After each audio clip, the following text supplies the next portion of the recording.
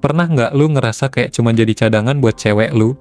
Dia santai aja nganggap lu selalu ada, selalu nge-backup dia, sementara lu mati-matian nunjukin rasa peduli. Nah, lu pernah mikir nggak apa yang bakal terjadi kalau lu tiba-tiba ngilang dari hidupnya? Gua nggak ngomongin mundur pelan-pelan ya. Gua maksudnya, lu benar-benar hilang. Nggak ada chat, nggak ada telepon, bahkan jejak digital lu juga hilang.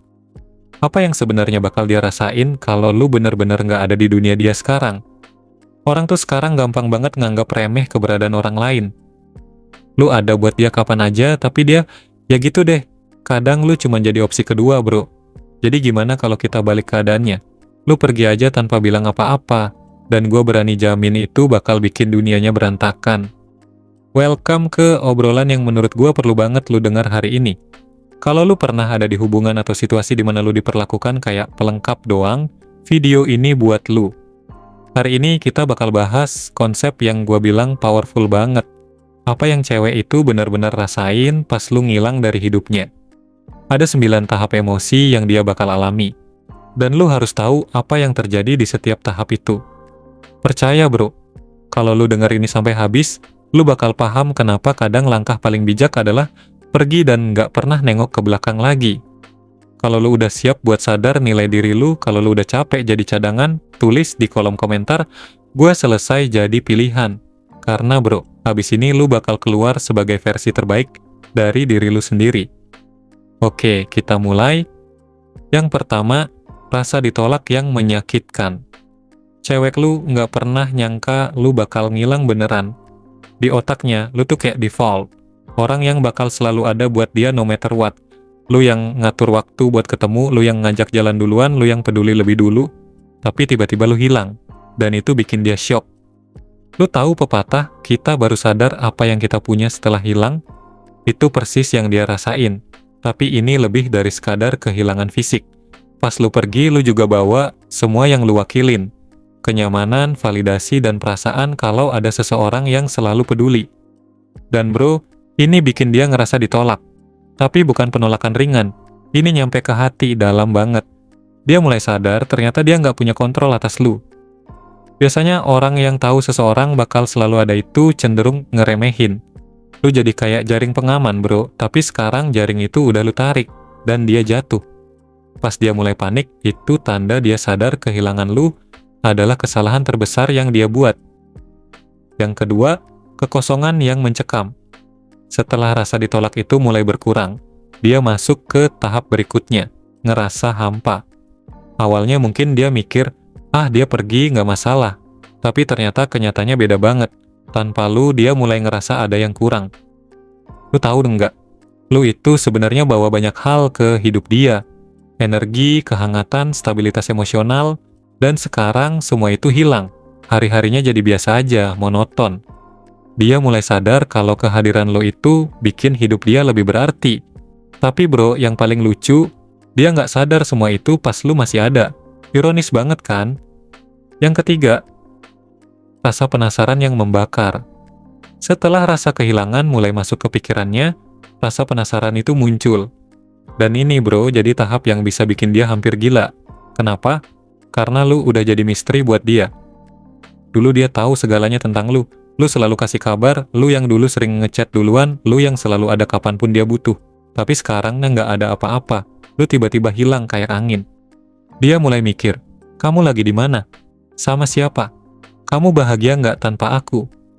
Dan karena nggak ada jawaban, otaknya mulai bikin skenario-skenario sendiri. Kadang dia bakal kepikiran hal yang paling buruk buat dia. Kayak lu lagi asik sama orang lain atau lu udah move on sepenuhnya. Di era media sosial sekarang, rasa penasaran ini makin parah. Dia bakal buka semua akun lu. Dari Instagram, TikTok, mungkin bahkan Facebook yang udah jarang dipakai. Dia cari jejak lu di mana-mana berharap ada petunjuk tentang apa yang lu lakuin. Tapi lu udah ghosting total. Lu nggak kasih apapun buat dia kepoin. Dan ini bikin dia makin nggak tenang. Yang ada, dia mulai kepikiran buat nanya ke teman-teman lo, cari info soal lu, tapi gengsinya bikin dia nahan diri. Rasa penasaran ini bro, kalau dibiarkan terus bakal bikin dia tambah frustrasi. Karena manusia itu paling nggak tahan sama ketidakpastian. Lu tahu apa yang paling asik di tahap ini? Lu bisa bikin dia terus-terusan mikirin lu tanpa lu ngelakuin apa-apa. Lu diam aja, tapi dia yang sibuk sendiri. Yang keempat, refleksi diri yang dalam. Setelah rasa penasaran itu mulai bikin dia capek, dia bakal masuk ke fase yang lebih berat, refleksi diri. Ini tahap dimana dia mulai nge-replay semua hal yang pernah dia lakuin ke lu. Lu tahu kan, cewek itu kadang bisa denial sama kesalahan mereka sendiri. Tapi kali ini beda bro, karena lu udah nggak ada, dia nggak punya siapapun buat disalahin kecuali dirinya sendiri. Dia mulai mikir, apa aku terlalu cuek ya? Apa aku bikin dia ngerasa nggak dihargai?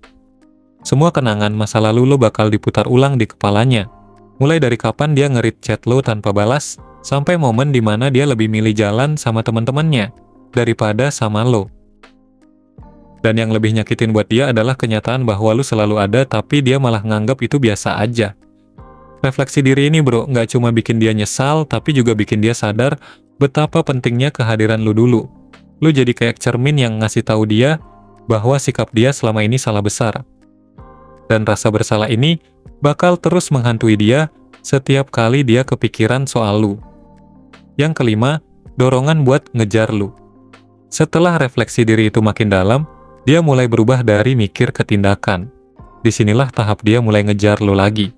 Kalau dulu lu yang selalu usaha, sekarang gantian bro. Dia bakal cari cara buat deketin lu lagi. Awalnya mungkin dia cuman kasih sinyal kecil. Dia nge-like foto lu yang udah lama banget, atau tiba-tiba kirim chat. Lagi apa? Pasti lu pernah kan dapet chat kayak gitu dari orang yang tiba-tiba muncul setelah lama nggak ada kabar. Nah, itu salah satu triknya. Kalau itu nggak berhasil, dia mungkin bakal naik level.